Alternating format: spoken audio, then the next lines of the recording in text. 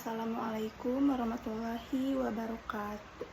Perkenalkan, nama saya Rika Lestari, NPM 125241036.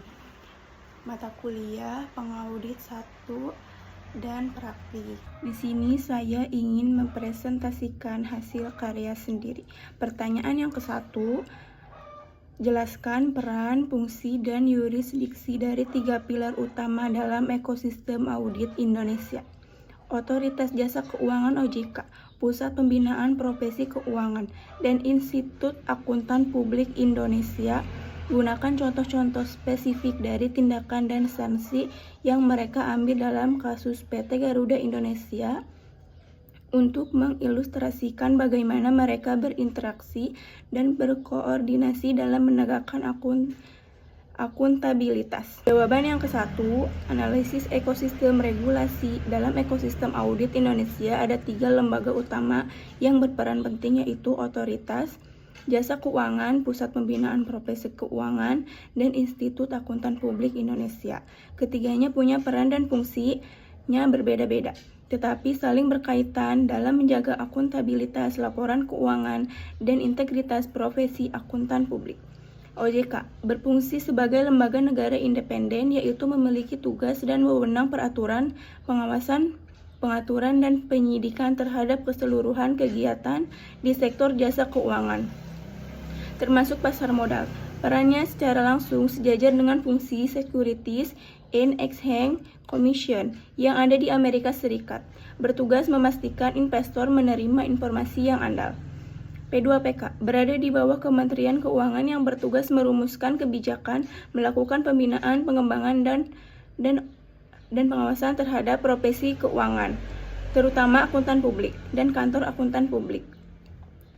Memiliki kewenangan untuk melakukan pemeriksaan, termasuk pembekuan dan pencabutan izin praktik, berfungsi analogi langsung dari Public Company Accounting. IAP berfungsi sebagai satu-satunya asosiasi profesi akuntan publik di Indonesia yang diakui oleh pemerintah. IAPI bertanggung jawab untuk menyelenggarakan ujian profesi akuntan publik, secara sering disebut ujian CPA Indonesia, menyediakan pendidikan profesional berkelanjutan, dan yang terpenting menyusun serta menerbitkan kodifikasi komprehensif dari sebagai standar, mencerminkan fungsi American Institute of Certified Public Accountant dalam menetapkan standar audit untuk perusahaan non-publik dan kode etik profesi. Pertanyaan yang kedua, identifikasi dan jelaskan minimal 3 pelanggaran spesifik terhadap standar profesional akuntan publik yang dilakukan oleh auditor dalam kasus audit laporan keuangan PT Garuda Indonesia 2018. Kaitkan setiap pelanggaran dengan 3 kategori utama standar auditing yang berlaku umum, standar pekerjaan lapangan, dan standar pelaporan. Dan jelaskan mengapa tindakan atau tindakan auditor tersebut merupakan kegagalan profesional yang signifikan. Jawaban yang kedua, pelanggaran standar audit. Ada beberapa kasus kegagalan standar audit di PT Garuda Indonesia pada tahun 2018 merupakan serangkaian pelanggaran terhadap pilar-pilar fundamental dalam profesional akuntan publik. Berikut adalah 3 kategori standar auditing yang berlaku. 1. Standar umum, pelanggaran kecermatan dan keseksama profesional. Kegagalannya standar ini menuntut auditor untuk memenuhi tugasnya dengan tekun dan hati-hati. Penerimaan auditor yang pengakuan pendapatan dan mahata tanpa bukti dan telaah yang memadai merupakan bentuk kelalaian yang mendalam. Kegagalan yang kedua, kategori standar pekerjaan lapangan pelaksanaan audit. Pelanggaran bukti audit yang cukup dan tepat. Penjelasannya, kegagalan standar ini menekankan pentingnya memahami entitas dan lingkungannya untuk menilai risiko salah saji material. Kegagalan untuk melakukannya merupakan pelanggaran terhadap SA 315 yang kemudian ditikup oleh regulator dalam temunya. Pertanyaan nomor 3. Kegagalan sistematik vs individual. Sanksi dari P2PK tidak hanya menargetkan APK SNER Siru Mafea secara individu, tetapi juga KAP Tanubrata et al. Sebagai sebuah firma.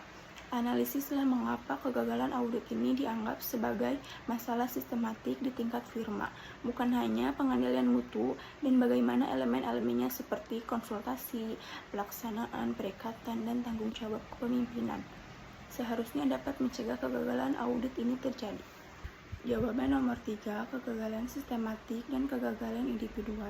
Kegagalan tidak hanya kepada individu partner, tetapi juga kepada firma audit secara keseluruhan, menunjukkan adanya masalah sistematik di dalam kantor akuntan publik.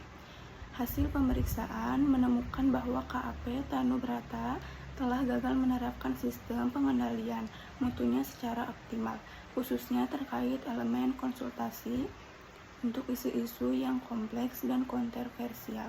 Setiap KAP wajib memiliki sistem pengendalian mutu.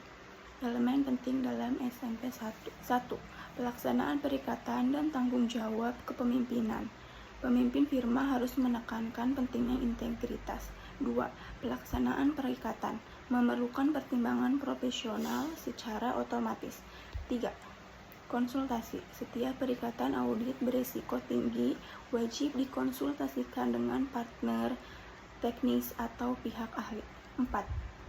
Kasus Garuda menunjukkan pengendalian mutu di firma audit lemah dan akibatnya kegagalan tidak dapat dicegah oleh sistem organisasi.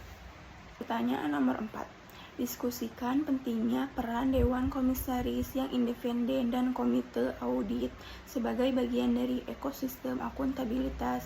Bagaimana tindakan mereka dalam kasus ini menggarisbawahi bahwa integritas laporan keuangan adalah tanggung jawab bersama dan bukan semata-mata berada di pundak auditor eksternal. Jawaban nomor 4. Peristiwa di mana dua komisaris menolak untuk mendatangani laporan keuangan. Hal ini akan menjadi titik balik penting dalam memahami peran, melainkan cerminan bagaimana ekosistem akuntabilitas dapat bekerja ketika dijalankan dengan integritas. Peran Dewan Komisaris yang independen berfungsi sebagai kepentingan dalam pemegang saham dan publik, tidak terlibat secara langsung dalam operasional. Peran komite pada audit dalam ekosistem akuntabilitas. Komite pada audit memiliki tanggung jawab. Komite audit menjalankan fungsinya dengan benar.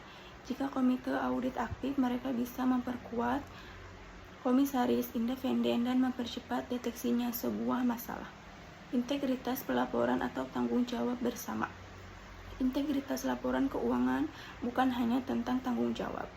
Justru tanggung jawab itu akan tersebar di seluruh ekosistem manajemen. Salah satu komponen gagal, maka yang lain harus berani bertindak.